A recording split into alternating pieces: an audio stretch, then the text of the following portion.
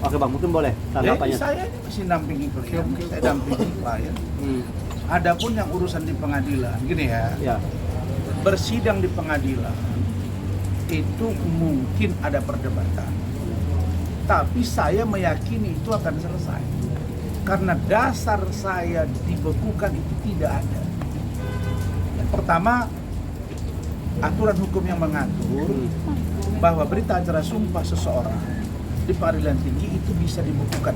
Klausul dibekukan tidak ada, klausul nonaktif tidak ada, ya, klausul dibatalkan pun nggak ada, jurisprudensi di negaranya pun nggak ada. OCK Ligis 8 tahun masuk penjara, kasus suap di KPK dan lain sebagainya tidak dibekukan, Mas. Emang saya kenapa? Saya kan bukan musuh negara. Nah, jadi maksud saya ini kalau sudah ada misalnya, maaf ya, kekeliruan, kok ya dipahami, disadari karena ini merugikan orang lain. Pertimbangannya salah semua. Jadi saya nggak mau lagi mencabik-cabik, ibarat kertas saya koyak-koyak lagi, saya tunjuk, oh ini loh kesalahan. Enggak, saya bilang, saya tidak akan saya bukan tidak bisa tenang, tapi ada kalanya saya menjadi singa, ada kalanya saya seperti apa? Seperti hewan yang lebih lembut, kira-kira gitu. Tapi kalau saya tetap dizolimi, ya saya tentu akan melawan. Misalnya, saya kemarin diminta diperiksa di Bareskrim laporan Ketua PN Jakarta Utara. Saya beritahu dengan penyidiknya, kan di bawah ada. Jika ada sesuatu yang ingin ditanyakan silakan hubungi, namanya AKBP Andriansa. Saya teleponlah dia karena panggilan 20 Februari. 20 Februari itu apa itu? Sidang kami kemarin di mana Hotman di situ sakit, dilarikan ke rumah sakit. Sekarang ke Singapura dia. Oke, saya WA, saya telepon AKBP Andriansa. Oh siap Bang, saya minta tunda ya. Ini interview loh, klarifikasi nih. Ya, bukan tersangka, bukan apa-apa. Kita bilang, kita suratin. Rahmat langsung buat surat, saya koreksi, kirim. Ada tanda terimanya. Ya saya pergi ke Medan. Kenapa? Karena kakak kandung istri saya meninggal dunia. Saya berangkat. Tiba-tiba di sana datang panggilan lagi. Suruh datang. Baru kali ini ada interview, panggilan kedua. Secepat kilat. Ada apa kalian? Saya bilang, kalau begini, apa saya harus marah lagi? Nah, tapi saya udah koordinasi, saya nggak mau semua. Saya sudah surati, kita sudah datangi, pokoknya jangan coba-coba membelok-belokkan hukum. Sekali saja persoalan Hotman dengan saya yang sampai hampir 3 tahun, cukup sekali itu jadi pembelajaran. Jangan lagi bercermin kita, mari bercermin dari banyak kasus. Itulah yang saya katakan tadi. Ya, ada dugaan kita di mana lembaga peradilan ada bermasalah, oknumnya, kepolisian ada, kejaksaan ada. Di mana lagi? Di kepolisian ada, kehakiman ada, KPK ada, pengacara apalagi. Jadi kalau begitu bagaimana? Ya kita harus saling koreksi, dan Pak Prabowo kan jelas pidatonya. Bersihkan dirimu sebelum kalian saya bersihkan. Artinya apa? Pak Prabowo tahu bahwa ada sesuatu yang tidak beres di bangsa ini.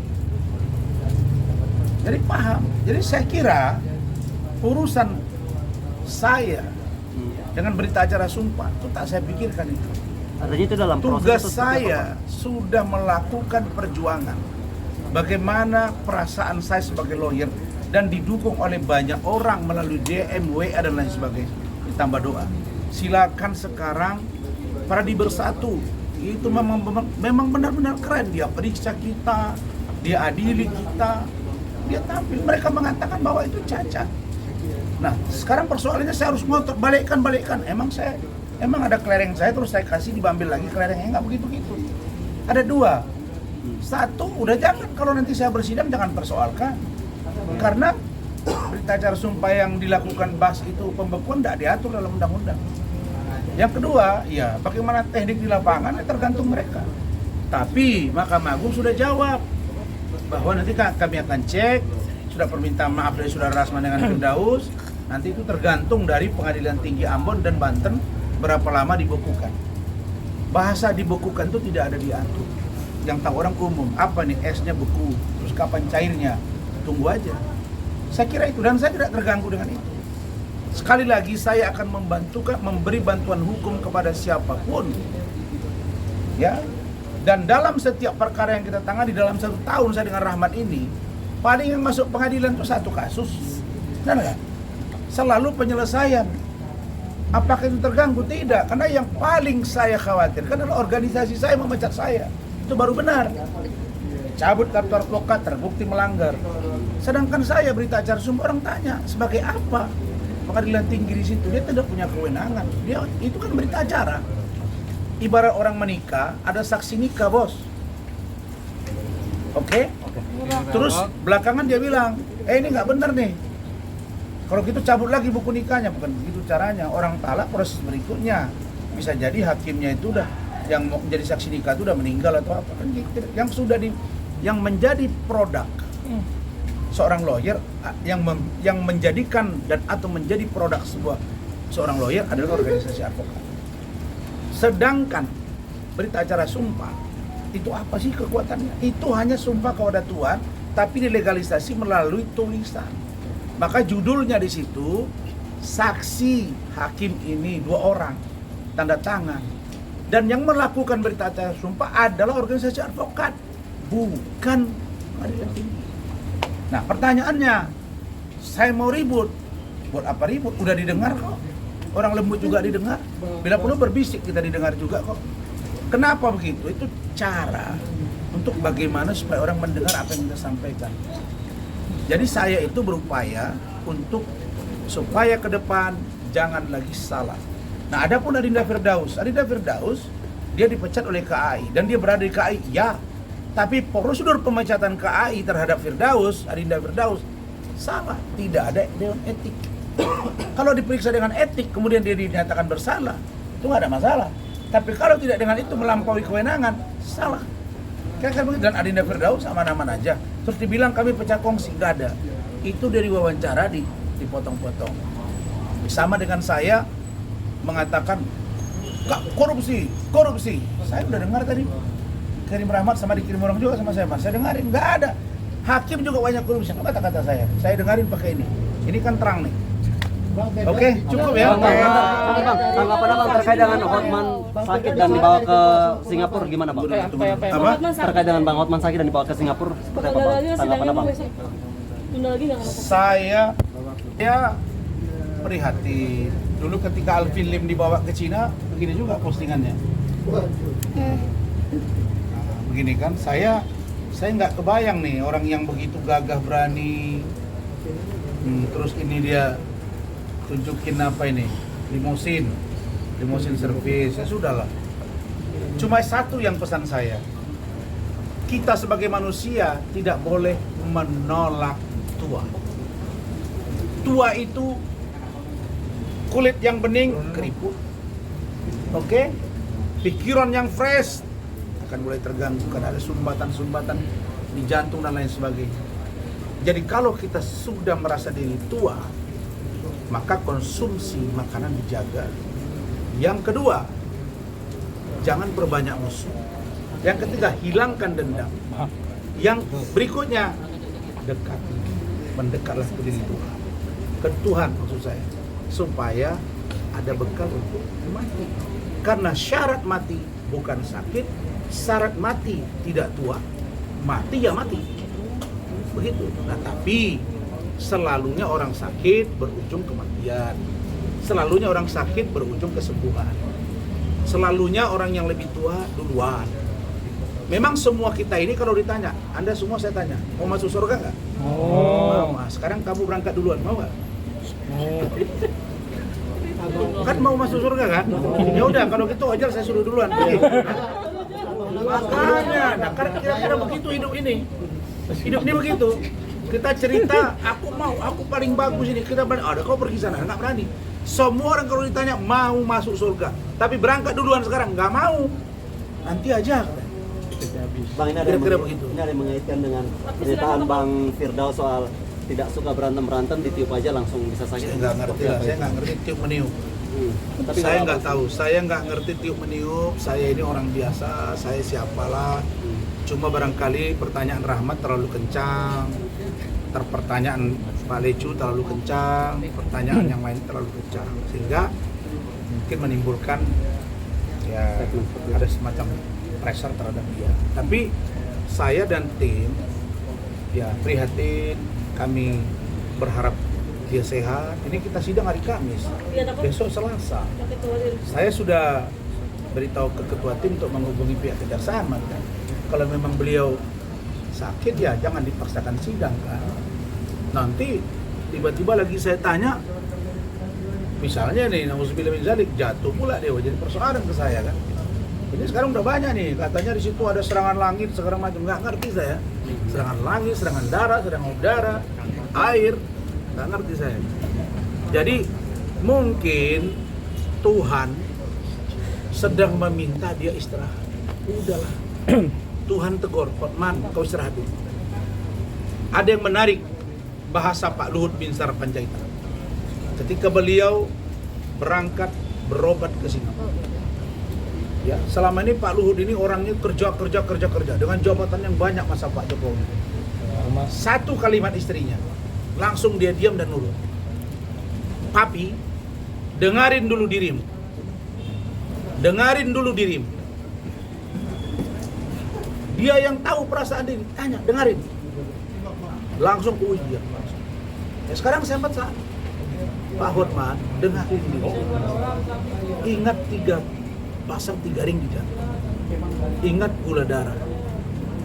Ingat fisik. Ingat HB yang turun. Ingat tensi yang sampai 40. Ya sudah, kalau udah begitu kondisi fisik, jangan berantem lagi. Karena kalau penyakit datang sekali, bisa 2 kali. Kalau orang udah pernah kena stroke, maka mendekati dan selalunya 2 kali.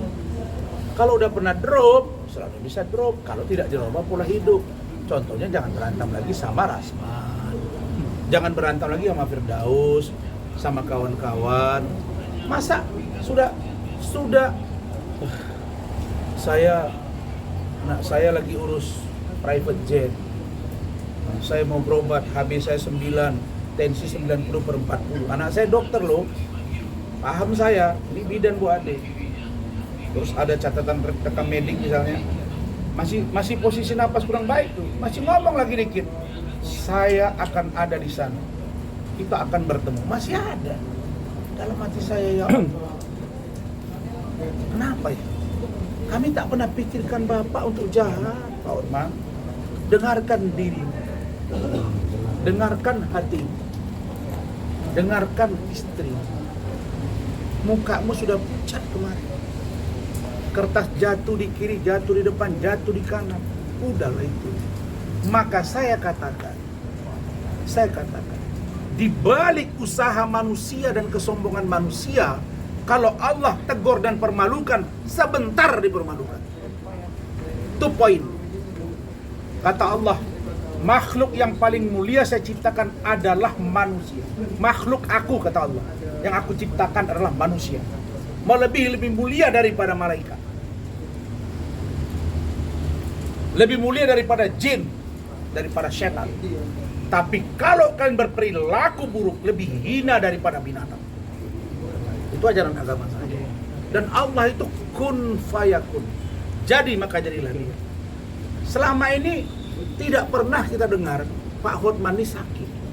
Selalu sehat dan selalu bedak, beresin, gua bertambah muda, gua baru cek, gua sehat.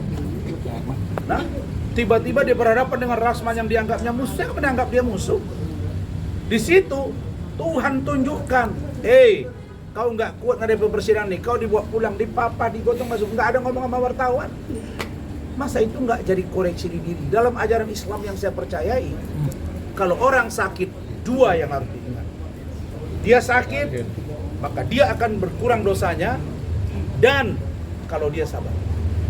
Berikutnya, teguran dari Tuhan. Dalam ajaran Injil, jelas itu. Apa itu? Selalulah melayani Tuhan.